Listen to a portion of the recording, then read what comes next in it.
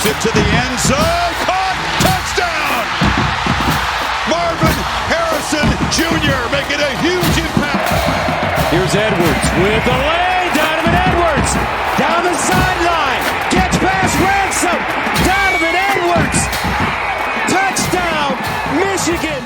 This is the CFF Site's Week 6 podcast. My name is Joe DeSalvo, the voice of the CFF Site. And this week, we're going to talk about some names that are emerging. We're going to talk about some names that are fading. We are going to get into some more questions from the CFF Site's Discord.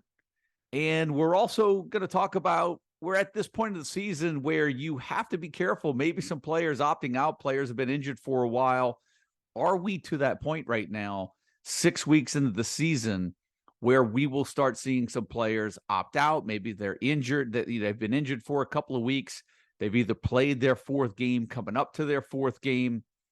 And so I think that that's something that we really have to look out for. So I'll start there, because I think this is something that is becoming an issue for us over the last couple of years, where teams will, kick off the season, they'll play their 4 games, and then all of a sudden, one of the players that were in, that we're playing every week, all of a sudden we hear that he's going to use a red shirt, transfer out of the program. I mean, it's happened with quite a few names already across the country. I don't think any big names so far, but it wouldn't even surprise me, because not only do we have the situation where, some players maybe are up against their 4-game limit to take the red shirt, but you've also got a situation where maybe guys just aren't getting the playing time that they're looking at. Maybe they've been injured for a little bit. Maybe they're just not quite happy, or maybe they're eligible for the NFL draft, and then next thing you know, they play on, one of the big teams in the country that's out of contention for the college football playoff race, and all of a sudden they decide to take the rest of the year off. I'm not saying that is going to happen, but today's day and age, that is what we're faced with now in college fantasy football. The transfer rule, that transfer portal has been unbelievable for us in keeping up with names, particularly in the offseason. It used to be we'd be able to go all season long, and then we'd have a bunch of names transfer after the season was over, and, things would settle down for a little bit, and we'd time to jump into the preseason fantasy draft guide. And now Mike and I, our heads spin around that time of the year, because there's just guys jumping ship all over, and it's happening more and more in the middle of the season now. And so I think that's just something to be aware of as we get into the middle of the season, or even towards the end of the season. I think we're going to have to be on guard for that too, with some players that you have on your current rosters right now.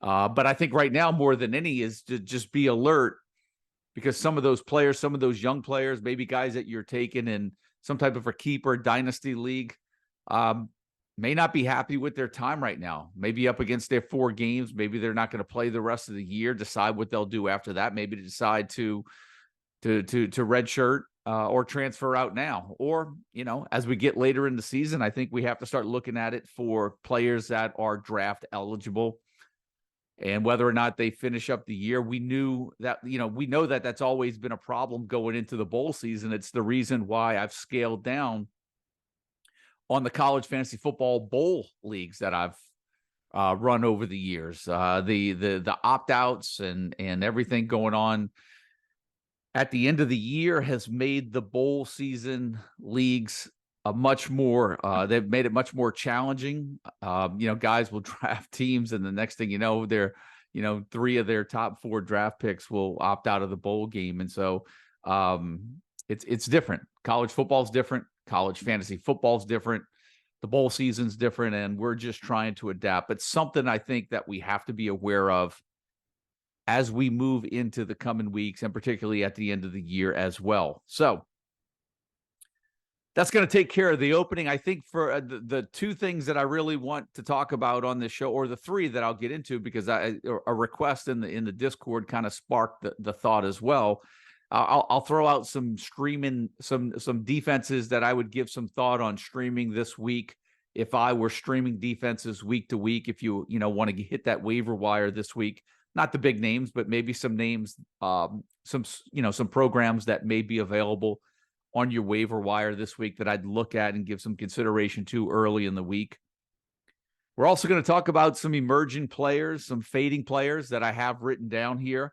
I'm not going to really go into detail players that are, that have just kind of come out of nowhere, considering what we thought at the beginning of the year, because maybe they've been doing it now for 4 or 5 weeks. I'm not talking about those guys. I'm talking about guys that maybe are emerging now, that may be a fantasy starter for you. Maybe you go onto the waiver wire. Certainly just something to keep an eye on. I think some of the names that I have here are going to be worth adding. I think some of them you may still have on your team. You've been holding them. And then all of a sudden, I've got a couple of names as well that may be new. Not as many on the fading, but I do have 3 names that I want to get into where I just feel like if I had those players right now, I'd be very concerned if I had the 3 players on my list that I had that was fading. And there's probably more, but I didn't really I didn't put it under a microscope that much. I probably could have come up with about 5 or 6 names, but I wanted to keep the show moving. And really what I want to do more than anything is I like getting to the questions that you guys throw into the CFF Sites Discord. So before I get into the streaming defenses I would consider for week 7 and some of my emerging and fading players, let's get into the CFF Sites Discord questions. I sent this out, and just so you guys know, I usually send in a question out in the announcements channel in the Discord. I've been doing it early in the day on Sundays now to kind of give you guys all day to check it out, get your questions in, and I'll see if I can kind of shotgun as many of those out as I possibly can and give you some credit for the questions. And the first one that came in today came in from Buckeye24. Thoughts on Tez Walker going forward? 8 targets was nice to see. I couldn't agree more. That was really, it was good to see him targeted 8 times. North Carolina is right now sitting in a really good spot. So here's my thoughts on Tez Walker right now. I think if you were able to pick him up off the waiver wire, I would imagine there's a lot of guys that dropped him. First of all, kudos to you for kind of being first to the button on that. The second thing is I had some people ask me last week would I have, about starting Tez Walker, and I really kind of paused on that. I think we really needed to see him in the game. We needed to see him play. Point being was I just thought, knowing that he was not eligible, he probably has not been running with the ones for now nearly 4 weeks now. So I didn't see where he would just go right into the starting lineup and be a huge factor right away. I think he will be a factor, though, throughout the year. I do think as well that North Carolina is pretty darn good. And if you look at their schedule, it shapes up pretty good for them, probably into the last 3 games of the year. I think they end with Duke, North Carolina State, Duke, Clemson, North Carolina State, I think, are the last 3. I think if they get past Miami this week, they probably, or at least the thought is on paper, they look like they run the table to the last 3 games of the year. Now, with that being said, I think they're going to spread the ball around a little bit. I think Walker will be a valuable fantasy asset.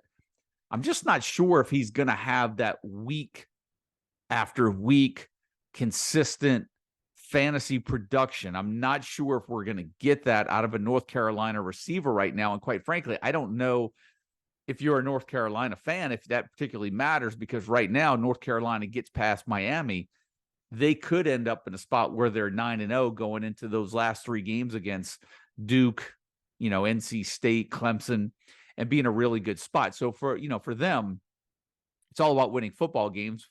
Tez Walker is going to be a major part of that. 8 targets in his first game back. Really, he only needs 3 of 4 catches a game to really be a factor, right? Like we saw that with his numbers in the spring game. He really only needs 4 or 5 catches, 1 big one for a touchdown, and you've got a nice fantasy receiver on your roster. And I think he's probably going to end up being at some point probably a solid wide receiver 2 for some of you guys, and for sure wide receiver 3. So I do think that there's a lot of value in Tez Walker going forward. I just don't know if we're going to get that week in, week out consistent production from him or from any North Carolina receiver But we'll see where it goes from there. A lot of high hopes for you guys out there with Tez Walker. Buckeye 24 asks, Frank Harris had a good game yesterday. More of a product of playing Temple or forecast of things to come in conference play? I think this is a little, I think a little bit of both, but I want to say more so that I think now Frank Harris is healthy. I still think that there are concerns because, I talked about at the beginning of the show, guys that may not play, redshirt, maybe opt in for the NFL draft. We've got DeCorian Clark right now, who I think has only played in one game so far. Does he play in 4 games this year? Which 4 does he play? Does he even risk playing right now? Where does he stand in regards to maybe going into an NFL draft, possibly returning, maybe even transferring, right? So you have to remember, Zachary Franklin left out of there. Joshua Cephas is back. He was the only returning starter that came back. That didn't help Frank Harris, that Clark couldn't come back, because we were really high on Clark in the preseason, hearing that he might actually be ready for the start of the season. That hasn't happened. And now I think Frank Harris has to shoulder the load a little bit on that with that offense. And he does seem healthier now. So I do think it's a little bit of a product of them playing Temple, but I also think that Frank Harris is a really good fantasy quarterback when healthy. He still has Cephas. He still has some other receivers, not the receiving core that he had last year, but I think Harris is going to be a solid play for the rest of the year. The one for me that I'm a little bit more concerned about is probably Kavorian Barnes, just because he hasn't done particularly well, or he's not getting that lion's share of the workload in that UTSA backfield. He's the one I'm more concerned about than Frank Harris right now. Mills asks, what to do with Eric Brooks?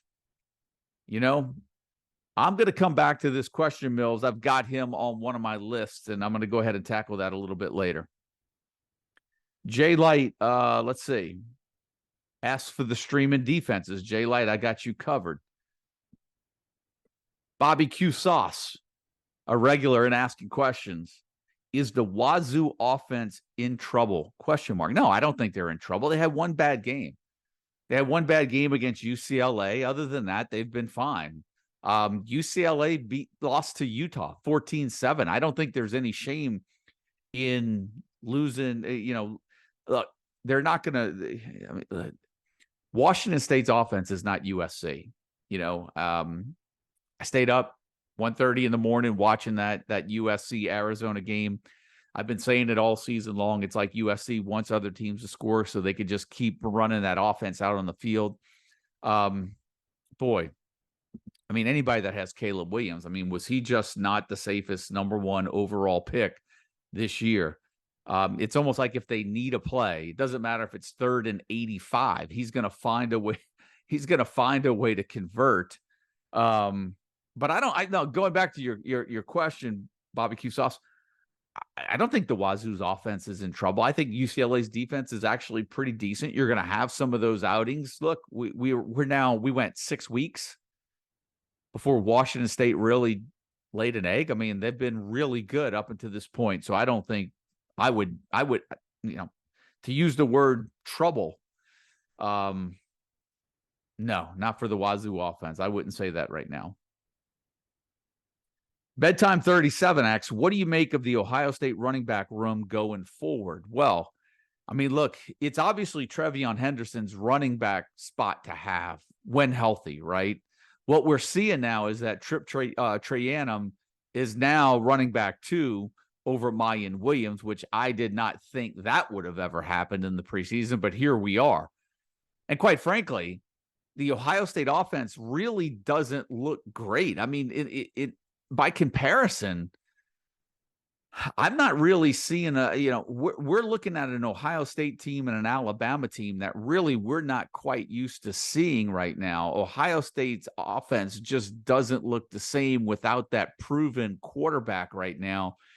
The only difference between Ohio State and Alabama is Ohio State has found a way to get wins every week and is still undefeated, where Alabama still has a blemish on their record.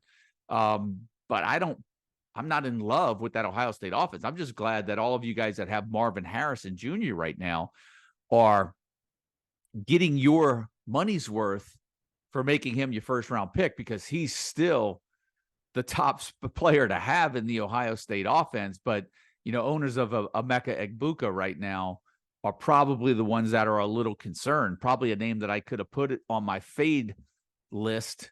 But I still have a little faith in that Ohio State offense, and that's a player that can still produce any given week and put up numbers any given week. But that's my thought of the Ohio State running back room. I think clearly it's TreVeyon Henderson at the top spot as long as he's healthy. Large Arch 21 expectations for Tez Walker. Knock that one out. Bedtime 37. Is Travis Hunter droppable? That's a really good question, because I think I tackled this on the show last week where, Colorado's really not in much of a running for, they're, unless they have an outside chance at the Pac-12 title. I don't know if Travis Hunter comes back and really plays both ways for the most of the year right now. One, he's already missed a couple of games, right? Probably out of the Heisman race. And if Colorado drops out of the race to contend for a Pac-12 title, I just don't see why there's a reason to play him both ways, at least play him in as many snaps as he has up until this point when he's been active. They may limit his snaps. I think he still may play some offense, but, maybe they limited his snaps, play him in, when they get in plus territory, who knows? I don't know if he's droppable right now. I think he's a hold, but I just wonder how much offense he's going to play after he returns. Large Arch 21, another question. Re-ranking the MAC starting running backs after 6 weeks of play. Yeah, that's a good question.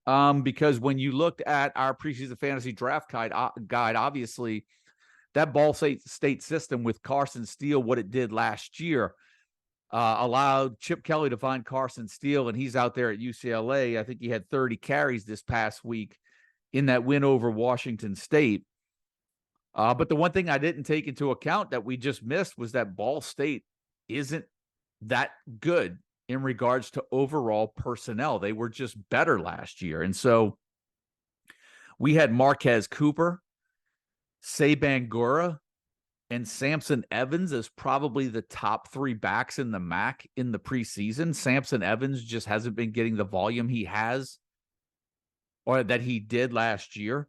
Say Bangura, really, he scored his first 2 rushing touchdowns this past week, but really hasn't had that breakout game where you're like, yeah, this guy was my RB1, my second running back, first, second round pick, wherever you took Bangura, maybe round 2.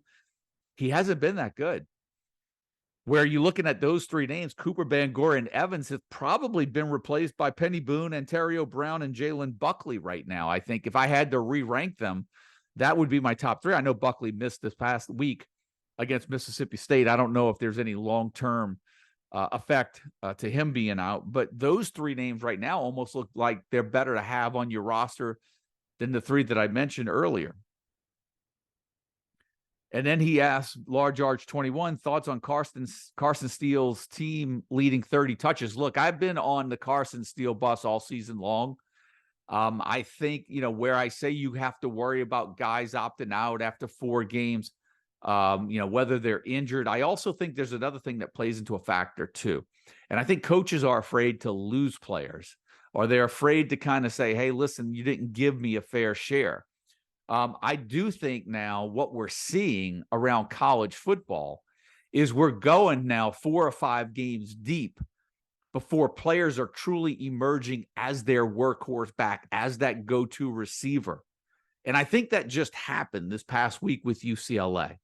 I always felt Carson Steele was the guy, but I think Chip Kelly was being really fair to TJ Harden as well, who was doing well. But when, Carson Steele to me is a Chip Kelly running back, and UCLA looks pretty decent on offense. I think moving forward, I think that now that UCLA has gotten Utah out of the way, seeing the way that Carson Steele was utilized this past weekend, you've got to feel really good for him moving forward. As a matter of fact, I'd probably put him on my emerging list. I don't have his name on there, but I would probably put him on there. I would also maybe, and I threw out Samson Evans' name as well. I would actually, that's a player that's intriguing to me, because I look at Eastern Michigan's schedule. He hasn't gotten that much volume, but he did have a touchdown this week, so an increase in carries. And I just wonder if, with Eastern Michigan moving into the heart of their MAC schedule, I'm wondering if Samson Evans maybe takes a next step, where he gets a little bit more work now that the season's 6 weeks in now. I don't know if that's going to be true or not, but Evans, Steele, I like where those players are trending. I like where Steele's trending. Put it that way. Baton Rouge Tigers asked, time to give up on the Clemson offense. It's a good question. I don't love the Clemson offense. I think for fantasy, it's just not an offense that I really like. I mean, you have to. There's no one out there is going to be dropping Will Shipley. If you want to ship him off in a trade, I can see where that happens. It's going to be hard to see him match, or it's going to be hard for him to match last year's touchdown numbers. I don't think he's going to get there. I don't know if I would give up on the Clemson offense from the fact that I don't know if I've ever really been on the Clemson offense. I think if I had stock in any, I remember in the preseason, Will Shipley was the guy that I wanted, and Antonio Williams and Bo Collins were the guys that I was taking flyers on late in the year, because we didn't know what was going to happen with that Clemson offense coming out of the spring. And as we can see right now, it's been a very, very slow start for the new offensive coordinator there. Jaeger 74 asks, is Milroe a usable piece rest of the season? I think that's a really good question. I think he is. I think Milroe is going to have some pains when you start him, particularly if you play negative points with turnovers. But I do think he's going to be a viable option on the ground. I think Alabama has already realized what they have behind Milroe, and I think it's Milroe's show the rest of the way, undoubtedly. I think what I'm a little bit more interested in, and what I think stood out to me in that game against Texas A&M, was that the receivers for Alabama seem a little bit more locked into the top spots on the depth chart. In other words, it looked like Alabama was rotating receivers for most of the year, or they have been, or there really hasn't been a go-to receiver. But it seemed like Jermaine Burton and Isaiah Bond, they combined for 16 catches. They got most of the targets. I would not be surprised if that's your Alabama offense the rest of the way. I don't have Burton and Bond on my emerging list because they haven't really done anything in consecutive weeks yet. But I may be revisiting that next week. I could be jumping the gun on them, but I kind of feel, based off of watching them against Texas A&M, it's Milroe's show, and we may just get Burton and Bond as his two receivers, and Alabama may lock into that offense to see if they could try to make a run to get back into the SEC title game. Because look, right now in the West, LSU can't stop anyone, and Alabama's got just as good a chance as anyone in the West right now. And don't be surprised if we see Milroe with Bond and Burton solidified it at two wide receiver spots, and that's their offense now moving forward. So I think that was the one thing we might have learned from that Alabama game at Texas A&M this past weekend.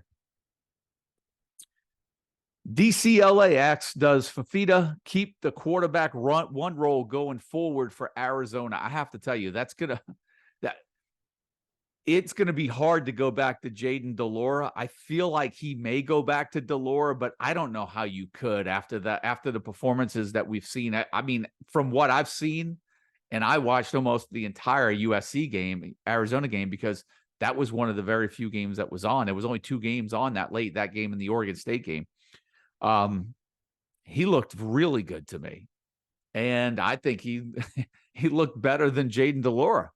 It'll be interesting to see what happens if de Laura is healthy. I mean, look, you got the same problem. You got Coleman at running back, And Michael Wiley's been hurt. Coleman looked every bit as good, if not better than Wiley. So pleasant problems if you're Arizona.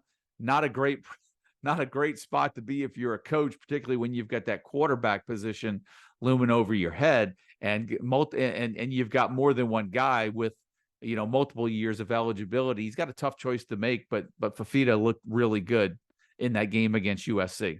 Great poise, made some great throws. Hammer 1978 asks, is this the start of something special between Concepcion and the new quarterback, MJ Morris, at North Carolina State? What I don't know is the update on Brennan Armstrong. I don't know how that figures into this. But I will talk about Concepcion because he's the best receiver to have. Shout out to Mike at the beginning of the year. He was the guy that kind of, targeted Concepcion, or at least throw out that he looked like he was emerging as the go-to target in that offense. I just think the problem you're going to have with Concepcion in that North Carolina State offense is they're not going to score as many points as they just scored this past week against Marshall, which I was surprised at how many points both teams were able to put up. And I think what you're going to be, I think what you have to be concerned about with Concepcion is really just leagues that may not be full point PPR and maybe half point PPR that rely more on the scoring touchdowns. I think that's where you're going to get inconsistency from Concepcion. In full point PPR leagues, I think you're on to something. I just don't know if you're going to get that consistent touchdown week in and week out with the way that North Carolina State offense is looking right now. And I almost feel like this past week's performance against Marshall, a little bit of against the grain, a little bit of an anomaly compared to what we've been seeing so far from North Carolina State up until this point. Hammer 1978 also asks, if Torrey Horton is out a couple of weeks, can Ross Simmons turn into a usable piece for a couple of weeks and maybe hopefully rest of the season? That's where my concern is. I'm not really sure that Colorado State has another Torrey Horton, whether it's Justin Ross Simmons, Lewis Brown IV, who had really good numbers in that game against Colorado. He had really good numbers this past week. I don't think Horton played in the second half. I don't know the extent of his injury right now, so we'll have to see. Last year, Justin Ross Simmons was really good, considering how bad the Colorado State offense was. I think there's hope there. I think if you have him, you can hold him. I'm just not expecting any Torrey Horton-like numbers from him, even over a course of a couple of weeks if Horton is out. Let's see. Well, do we have any more? Okay, Buckeye 24.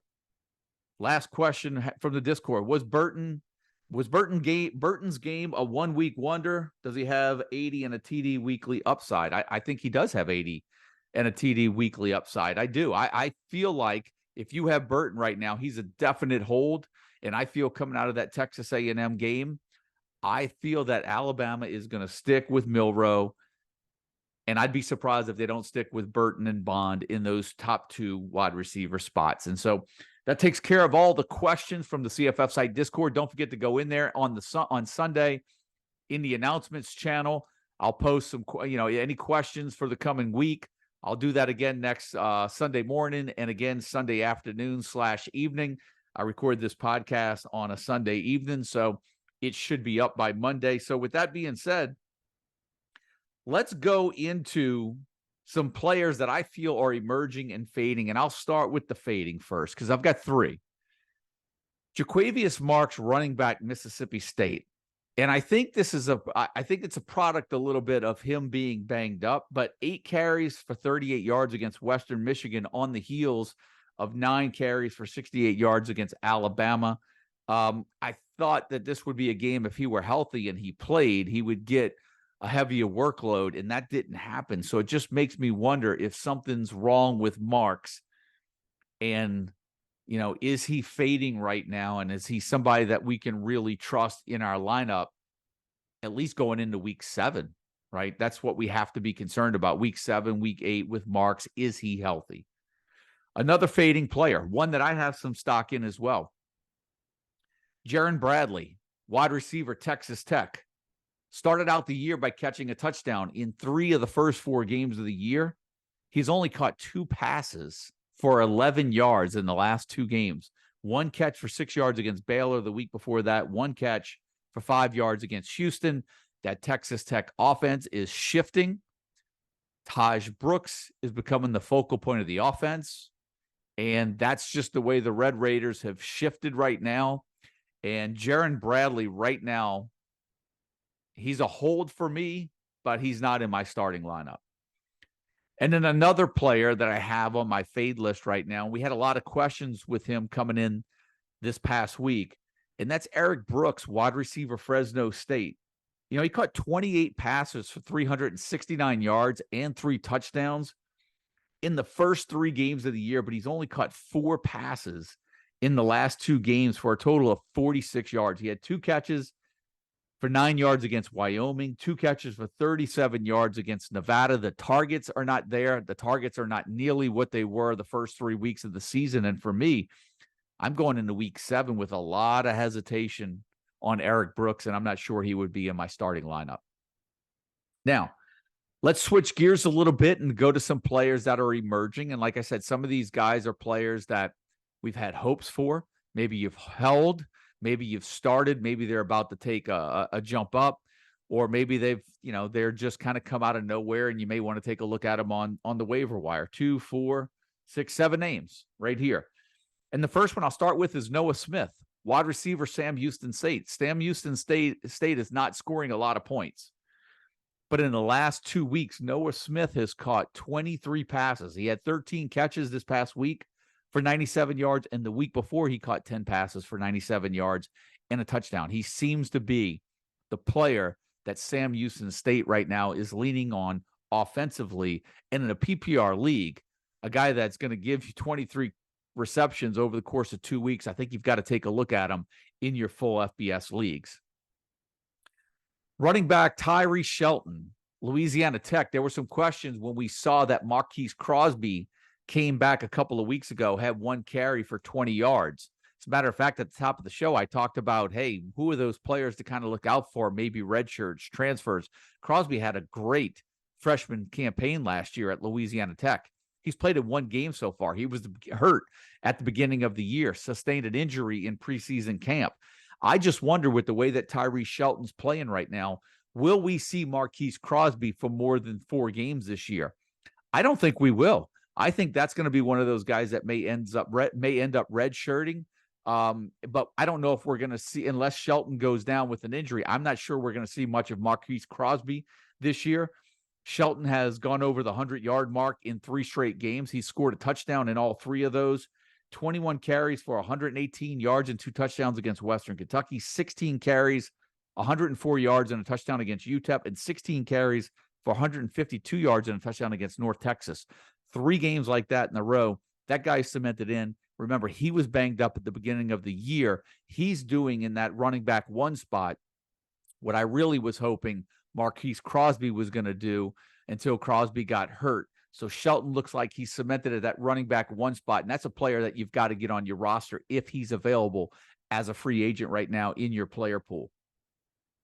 Ollie Gordon, running back, Oklahoma State. I think this was a player that a lot of people took flyers on in drafts. But the way that Oklahoma State looked at the beginning of the year, I would venture to say that Ollie Gordon right now is out there on waivers in a lot of leagues right now. Last 2 weeks, let's look at his numbers. 2 weeks ago against Iowa State, 18 carries for 121 yards. Against Kansas State this past week, 21 carries for 136 yards and a touchdown. Ollie Gordon, remember, I was saying at the beginning earlier in the show, another point where it looks like coaches try to get a lot of guys in. Oklahoma State didn't even know what they wanted to do at quarterback. They were rotating all kind of guys in at running back, but it looks like now they are settling on Ollie Gordon. He is going to anchor the backfield for the Cowboys. That would be a player I'd be targeting as well that could be available on your waiver wire. Emerging player, I put Carson Steele on there. 30 carries, 140 yards. We've been kind of waiting for the moment where I think we could say, yeah, Carson Steele definitely has separated himself from TJ Harden.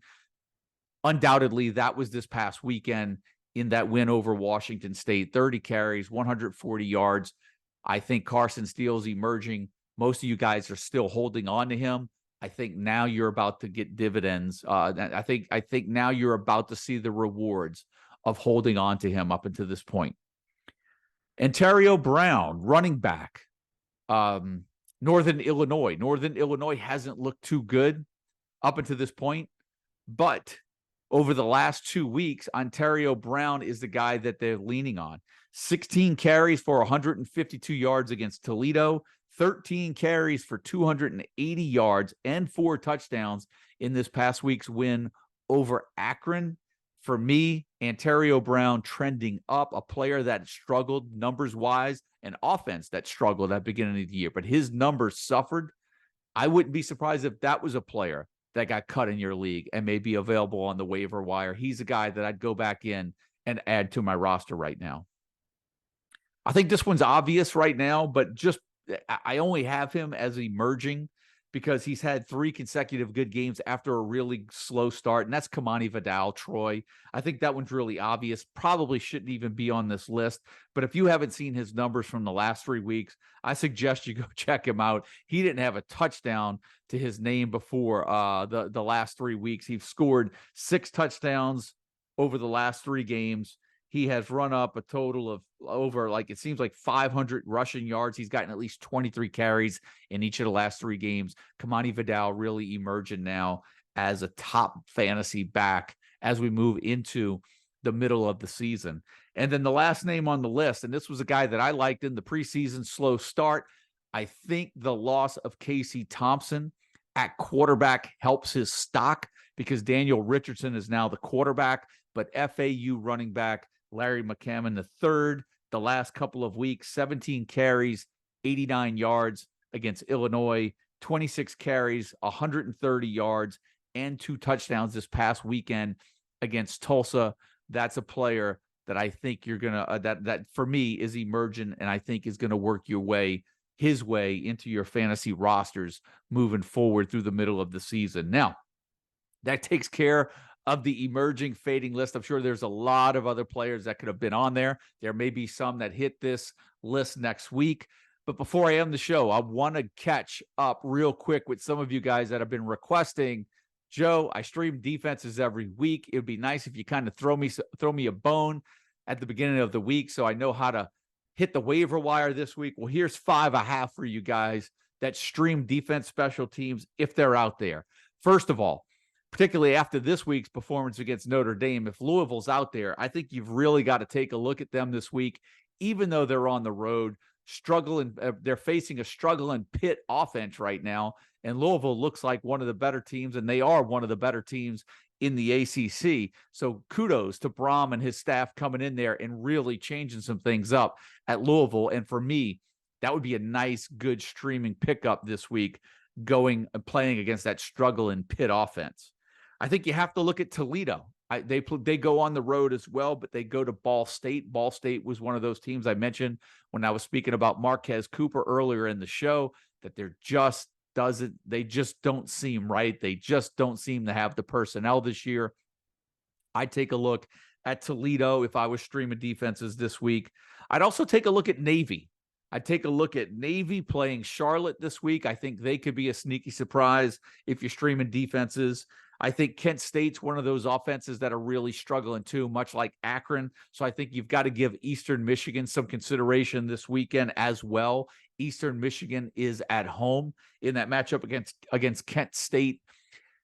And then I think if they're still out there and they're available, I think you've got to take a look at Rutgers playing Michigan State this weekend. I think if Rutgers is available, I think that's a defense that you would stream this week against a Michigan State offense that doesn't seem to be playing too well right now. And quite frankly, the program's a little bit of a turmoil with all the Mel Tucker scandal and everything going on. So Rutgers would be a name on that list as well. So in review, the 5 streaming defenses: Louisville, Toledo, Navy, Eastern Michigan, and Rutgers. So that's going to do it, guys. Look, I want to thank everyone's questions for the Discord. I think this show, for me, changing it to recording it after the weekend as opposed to tell you what I'm looking for going into the week, I think we're all looking at the same things going into the weekend. I think you guys, based on the feedback that I'm getting, are getting a little bit more value in this show coming out of the weekend.